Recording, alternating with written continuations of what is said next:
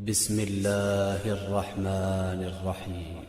अस्सलाम वालेकुम, क्या हाल चाल है आप सबके। उम्मीद करती हूँ सब लोग ठीक ठाक होंगे। Welcome back to my channel. और आज के इस व्लॉग में मैं आपके साथ शेयर करूँगी जो विंटर क्लोथ्स की ऑर्गेनाइजेशन है। सीज़न जब चेंज होता है, हम स्विच करते हैं from one season two the other season, तो जो हमारा सबसे चैलेंजिंग काम होता है उसके बारे में सारी डिटेल में आपके साथ शेयर करूँगी। तो यहाँ पर मैंने जो मेरी और हस्बैंड के वार्डरोब के कपड़े थे, जो वो मैं सब यहाँ पर सर्दियों के मैंने निकाल कर बाहर रखे हैं। टैची केसेस वगैरह में, बैगेजेस वगैरह में डाल कर रखे हुए थे। ये ड्रेस जो है, ये जो भी मैं आपको दिखा रही थी, ये मेरी अम्मी का है। तो मैंने उनकी डेथ के बाद जो है ये ड्रेस ले लिया था कि मैं इसको पहनूंगी, और अभी तक मैं एक बार भी इस ड्रेस को पहन नहीं सकी। और ये जो शॉल है, ये भी मेरी अम्मी की है, और ये मुझे उनकी याद दिलाती है। जब मैं इसको अपने ऊपर ओढ़ती हूँ तो मुझे अम्मी के अपने बहुत करीब होने का जो है वो एहसास होता है। तो यहाँ पर आ गई हूँ मैं बच्चों के रूम में। बच्चों की सब जैकेट्स वगैरह, उनके अपर्स, ईच एंड एवरीथिंग निकाल कर आप देख सकते हैं कि क्या हाल हो चुका है। यहाँ पर हरीम की जैकेट्स, उसके हुडीज़ वगैरह मैंने कुछ हैंग कर दी हैं, कुछ अभी रहती हैं, और हरम का तो ऑलमोस्ट सारा ही काम करने वाला है। तो यहाँ पर हाफ़ काम मेरा ख़त्म हो चुका था, अभी सिर्फ हैंगिंग वाला काम हुआ है, और जो बाकी फ़ोल्डिंग वाला काम है वो करते हैं।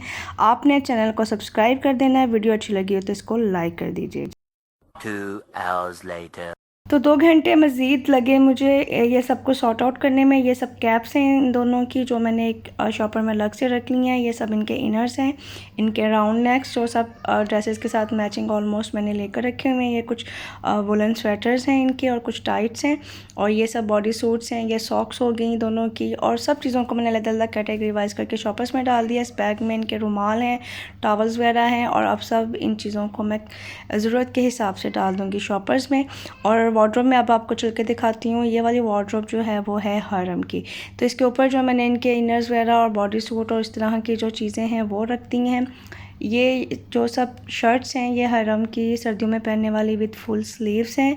उसके बाद ये कुछ इसके वुलन ड्रेसेस आ जाते हैं, फिर आगे इसके ज़िपर्स एंड हुडीज़ आ जाएंगे, और लास्ट में मैंने इनकी जैकेट्स को जो है वो हैंग कर दिया है। तो ये सब तो चीज़ें थी हरम की। और उसके बाद नीचे अगर आप आते हैं तो यहाँ पर इनके नाइट सूट हैं, और हरीम का यूनिफॉर्म है, और नीचे हरम के शूज़ हैं। गर्मियों के शूज़ मैंने यहाँ से निकाल दिए हैं, फ़िलहाल सिर्फ सर्दियों के शूज़ ही मैंने वार्डरोब के अंदर रखे हैं। तो ये थी हरम की कबर्ड। अब इसको करते हैं बंद और देखते हैं हम चल के हरीम की कबर्ड। तो हरीम की कबर्ड की लेंथ क्योंकि ज़्यादा है, तो इसमें एक साइड पे तो मेरे अबायाज़ वगैरह जो हैं, जो मेरी कबर्ड में पूरे नहीं आते, वो मैंने यहाँ पर रख दिए हैं। और यहाँ पर स्टार्ट में हरीम के जो वुलन ड्रेसेस हैं, जो काफ़ी मोटे वाले हैं, वो मैंने रख दिए हैं, सब सेट किए हैं हैंग करके। और उसके अलावा जो बाकी आ जाएँ आप आगे, तो इसकी ये फुल स्लीव शर्ट्स हैं सब, जो ऑलमोस्ट न्यू हैं, क्योंकि पहले वाली इसको सब तक ही ऑलमोस्ट छोटी हो गई थी। तो ये सब इसके टॉप्स वगैरह हो गए। उसके बाद इसके ज़िपर्स और इसकी हुडीज़ आ जाती हैं जो हमने ली थी, और इसके बाद इसकी जैकेट्स आ जाती हैं। और ऊपर कुछ बेडशीट्स वगैरह मैंने रख दी हैं, कुछ बैग्स हैं। यहाँ पर हरीम के सब शूज़ आ गए हैं, गर्मियों के इसके भी शूज़ मैंने निकाल दिए हैं। और हरीम के स्कूल बैग की कहीं और जगह नहीं बन रही, तो वो भी मैंने कबर्ड में रखवा दिया। तो यहाँ पर टैची में जो है गर्मियों के कपड़े सब मैंने वापस रख दिए हैं।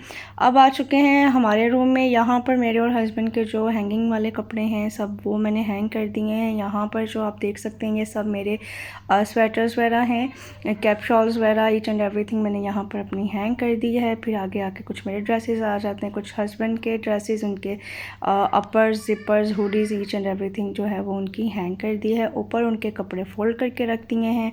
अब दूसरी साइड पर चलते हैं, जहाँ पर मेरे कपड़े जो मैंने फ़ोल्डिंग वाले रखे हुए हैं। ये कुछ फ्रॉक्स हैं इनकी फैंसी, जो कि मैंने जो है अटैची में नहीं रखी, कि इनकी फिर जो है ना क्रीज बन जाती है, तो फिर वो बुरी लगती है। तो बस ऊपर मेरे शलवार कमीज़, ट्राउज़र, शर्ट्स वगैरह हैं, और नीचे हस्बैंड की शलवार कमीज़ वगैरह, उनके सब चीज़ें हैं। और सब नीचे आ जाएँ तो उसमें सब मेरी शॉल्स वगैरह हैं, और सबसे नीचे मेरे शूज़ हैं। तो ये 5 घंटे लगे, 5 से 6 घंटे मुझे पूरा दिन मेरा निकल गया ये सब वार्डरोब्स जो थी विंटर क्लोजेट्स को सेट करने में। क्योंकि इतना लंबा चौड़ा काम हो जाता है ना, कि आपको समझ नहीं आती कि कहाँ से आप चीज़ उठाएं और कहाँ रखें, और ये एक ही दिन में करने वाला सारा काम होता है। तो खैर काम मेरा वो वाला हो गया है ख़त्म और मैं आ चुकी हूँ किचन में, क्योंकि मुझे करनी थी अब डिनर की तैयारी। कुकिंग का वैसे मैं बहुत ज़्यादा थक गई थी और मेरा बिल्कुल भी नहीं दिल चाह रहा था, बट बच्चों की जो भूख है, भूख के शोर ने जो है वो मुझे मजबूर कर दिया कि मैं उठ के अब किचन में चलूँ। तो 10-15 मिनट मैंने रेस्ट लिया और फिर मैं आ गई किचन में। बच्चों को भी फ़िलहाल मैं नगेट्स फ्राई करके देने लगी हूँ ताकि वो कुछ खा लें, तो फिर ज़रा उनका जो भूख का अलाप है वो थोड़ी देर के लिए बंद हो जाएगा। तो मैं बना रही हूँ डिनर में अंडे और कोफ्ता करी का सालन, अंडा कोफ्ता करी बना रही हूँ और साथ में मैं सिंपल मटर वाले चावल, पुलाव तो नहीं ऐसा कह सकते आप, प्लेन मटर राइस मैं बनाऊँगी। और बस इस तरह से ये जो है हमारा डिनर वो तैयार हो जाएगा। अच्छा, मैं कोफ्ता और अंडा करी की रेसिपी ऑलरेडी भी शेयर कर चुकी हूँ। एक रफली सा मैं आपको बता देती हूँ कि मैं कैसे बनाती हूँ। फ्रोज़न कोफ्ताज़ हैं, मीट बॉल हैं चिकन वाले, उनको मैं अलग से थोड़े से पैन में शैलो फ्राई करूँगी। और दूसरी साइड पर मैंने क्या गड़बड़ की, एक तो थकावट इतनी ज़्यादा हुई थी और समझ भी नहीं आ रहा था, तो मैंने जिस पैन में मैंने चावल बनाने थे और एक पतीली में मैंने चावल बनाने थे, कढ़ाई में मैंने सालन बनाना था। और प्याज जो थे वो मुझे सालन में यूज़ करने थे, चावलों में नहीं, लेकिन मैंने गलती से जो है वो सालन जिसमें चावल बनाने थे पॉट में, उसमें मैंने प्याज ऐड कर दिए। और फिर अब मैं सालन जो है वो पतीली में बनाऊंगी और जो चावल हैं वो मुझे अब कढ़ाई में बनाने पड़ेंगे। तो ऐसे ही होता है कि जब आपका दिमाग एक साथ कितनी जगहों पे चल रहा होता है ना, तो फिर लास्ट में कोई ना कोई गड़बड़ हो जाती है। और फिर थकावट भी पूरे दिन की इतनी ज़्यादा हुई थी।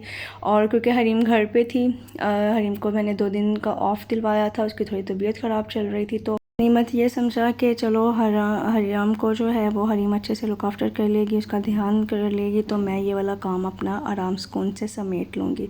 तो बस इसी हरीम की छुट्टी से मैंने फ़ायदा उठाया और पूरा दिन वही हरम को देखती रही, उसको उसने अपने साथ बिज़ी रखा और मैं एक दिन में ये काम सब समेट कर फारिग हो गई। अदरवाइज़ अगर मैं बच्चों के अंदर लगी रहती, हरम को देखने में लगी रहती, तो फिर मेरा काम कभी भी जो है वो एक दिन में नहीं समझ सकता था, क्योंकि सब चीज़ें निकाल कर तो बेड के ऊपर डाली होती हैं, तो फिर अगर बेड के ऊपर हर चीज़ पड़ी होगी तो फिर वही तो बिखरा हुआ बहुत ज़्यादा लगता है और फिर सोने की भी जगह नहीं रात में मिलेगी।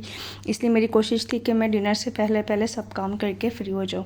अच्छा, अब आ जाते हैं हम अपनी कुकिंग की तरफ वापस। तो मैंने प्याज फ्राई किए थे, उसके अंदर मैंने लहसुन अदरक का पेस्ट फ्राई करके जो फ्राई कोफ्ते शैलो फ्राई किए थे वो डाल दिए थे, उनको फ्राई किया 2 से 3 मिनट और फिर इसमें टमाटर की पेस्ट डाल दी थी। अब दूसरी साइड पर जो चावल बन रहे हैं उनके लिए मैंने डायरेक्ट लहसुन अदरक का पेस्ट डाला था ऑयल के अंदर, उसको हल्का सा स्टर फ्राई किया। उसके बाद उसमें मैंने मटर डाल दिए थे। तकरीबन जो है 1.5 कप चावल थे मेरे पास और उसमें मैंने हाफ़ कप मटर के डाल दिए थे, तो मीन 2 कप की मेजरमेंट मेरी कंप्लीट हो गई थी।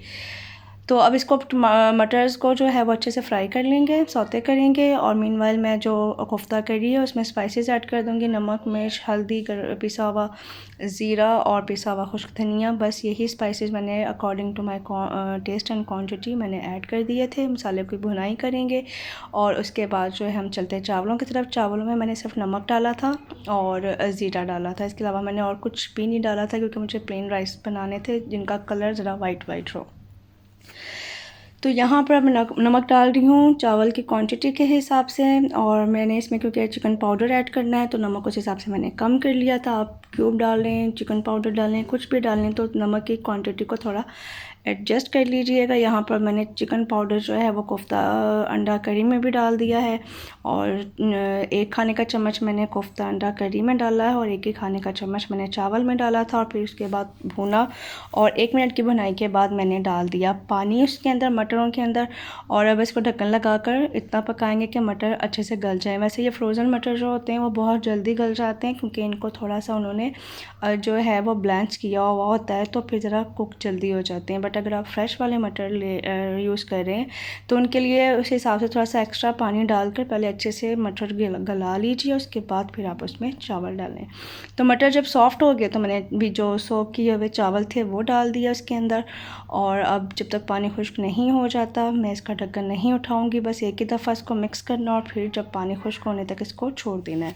दूसरी साइड पे मैंने जो कोफ्ता अंडा करी थी उसके अंदर पानी डाल दिया था। पानी डाल के मैंने उसको ढक्कन लगाकर थोड़ी देर के लिए उसको कुक होने के लिए छोड़ा है 10 मिनट के लिए, ताकि जो करी है वो अच्छे से कुक हो जाए। उसके बाद ढक्कन उठाएंगे और इसकी ग्रेवी को हम कर लेंगे एडजस्ट। अगर आपको शोरबे वाले बनाने हैं तो पानी ज़्यादा डाल सकते हैं, बट हमारे घर में ग्रेवी वाले करी टाइप के ही ज़्यादा शौक़ से खाए जाते हैं, तो बस उस हिसाब से मुझे इसके अंदर ग्रेवी रखनी थी। एंड में मैंने इसके अंदर थोड़ा सा गरम मसाला पिसा हुआ और खुश्क मेथी जो है वो डाल दी थी। और अब मैं इसको अच्छे से मिक्स करके ढक्कन मैंने इसके ऊपर लगाकर बिल्कुल लो फ्लेम के ऊपर 3 से 4 मिनट के लिए रखा, ताकि जो ऑयल है वो अच्छे से ऊपर आ जाए। साथ के साथ चावल का पानी अच्छे से खुश्क हो गया, तो उनको भी मैंने एक दफ़ा मिक्स करके तो लगाकर मैंने रुमाल कपड़ा लगाकर उसको दम दे दिया है। सालन हमारा डन हो चुका है, ऑयल सेपरेट हो चुका है और मैंने रख दिए हैं एग्स बॉयल होने के लिए। सालन भी ऑलमोस्ट हमारा डन है। चावलों का दम जो है वो भी पूरा हो चुका है। दम खोलते हैं, अच्छे से एक दफ़ा चावलों को अच्छे से मिक्स कर लेते हैं और फिर उसके बाद जो है मैं स्टार्ट करूँगी रोटियां बनाना, क्योंकि मैं और बच्चे जो हैं वो चावल खाएंगे और हस्बैंड जो हैं वो रोटी खाएंगे। तो अभी मैं चावल जो है वो एक साइड पर कर देती हूँ और उसके बाद रखेंगे तवा। तवे को साफ़ कर लें या वॉश कर लें जैसे भी, क्योंकि मैंने पराठे बनाए थे सुबह में, तो इसलिए मैं इनको वॉश कर रही हूँ। तो अब यहाँ पर जो है मैं बना रही हूँ रोटियाँ। सब 2 ही बनानी है मुझे हस्बैंड के लिए। और ये जो मेरी डो मैट है वो आप देख सकते हैं, जब से हमने इसको कट किया है तब से इसकी बेचारी की ये हालत है और मैं जाकर नहीं ख़रीद नहीं पा रही हूँ और ना ही जो है वो मैं ऑनलाइन मंगवा पा रही हूँ, क्योंकि एक खाली मैट के लिए अब क्या बंदा ऑर्डर करता फिरे। तो अभी मैं इसी से गुजारा कर रही हूँ, बट मेरा इरादा जो है वो ये है कि अगर मेरा उस साइड पर चक्कर लगा तो किसी दिन इंशाल्लाह ताला मैं जाकर न्यू लेकर आऊँगी। तो अब फटाफट जो है वो मुझे बनाने ही है, रोटियां बनानी है। एग्स मेरे जो हैं वो अच्छे से हो चुके थे बॉयल, तो उनको अभी थोड़ी देर के लिए मैं ठंडे पानी के अंदर रखूँगी और उसके बाद फिर उनको कर लेंगे हम पील ऑफ। तो आटा क्योंकि बहुत ठंडा होता है, फ्रिज में पड़ा हुआ होता है, तो उसको जब बाहर निकाल के रखते हैं तो रेस्ट देने के बावजूद भी उसकी रोटी बेलना समटाइम्स बड़ा मुश्किल हो रहा होता है। पूरा ज़ोर लगा लगा कर जो है वो रोटी को बेलना पड़ता है। और आजकल खैर सर्दियां हैं तो रोटी बनानी घर में इतनी मुश्किल नहीं लगती। गर्मियों में तो बस यही कोशिश होती है कि रोटी ना ही बनानी पड़े, बाहर से ही आ जाए तो बस क्या ही बात है। यहाँ पर सब लवाजमात हमारे मुकम्मल हो चुके हैं। चावल मैंने प्लेट में निकाल लिए हैं और एग्स बॉयल जो थे हुए हुए उनको मैंने पील ऑफ करके कट करके रख लिया है। अब सालन निकालते हैं हम हमारे बॉल के अंदर और उसके बाद हम करेंगे डिनर की तैयारी। इस पॉइंट पे जो है मैं हरीम को फिर आवाज़ दे देती हूँ कि हरीम जो है वो मेरी हेल्प करवाती है बर्तन लगाने में भी और बर्तन उठाने में भी, क्योंकि मैं उसको पानी वगैरह भर के रखने के लिए और ग्लासेस वगैरह रखने के लिए कहती हूँ कि छोटे छोटे काम जो है वो करे, ताकि उसको भी थोड़ा जो सेंस ऑफ रिस्पॉन्सिबिलिटी है वो उसके अंदर बिल्डअप हो जाए और उसको पता हो कि ये काम मेरी ड्यूटी है तो मुझे ही करना है। तो बस जी हमारा खाना हो चुका है रेडी, गर्मा गर्म खाना और ज़बरदस्त खुशबुएँ आ रही हैं और अब हम चल के करेंगे डिनर। आप भी इस तरीके से लाजमी, अगर आप ख़ुद से भी बना रहे हैं जो है कोफ्ते, तो सेम ग्रेवी के लिए आप ये वाली रेसिपी जो है वो कर सकते हैं ट्राई। इंशाल्लाह ताला बहुत अच्छे बनेंगे और ये चावल लाजमी बना कर ट्राई करिएगा, ये बहुत मज़े के बनते हैं और मेरी गारंटी है कि सबको बहुत ज़्यादा पसंद आएंगे। तो चलें चलते हैं डिनर की तरफ। वीडियो को देखने का बहुत बहुत शुक्रिया। अच्छी लगी हो तो लाइक कर दीजिएगा, चैनल को सब्सक्राइब करिएगा, बेल आइकन का बटन दबा दीजिएगा ताकि आने वाली हर वीडियो का नोटिफिकेशन आपको मिलता रहे। दुआ में रखिएगा याद, फिर मिलेंगे। अल्लाह हाफ़िज़।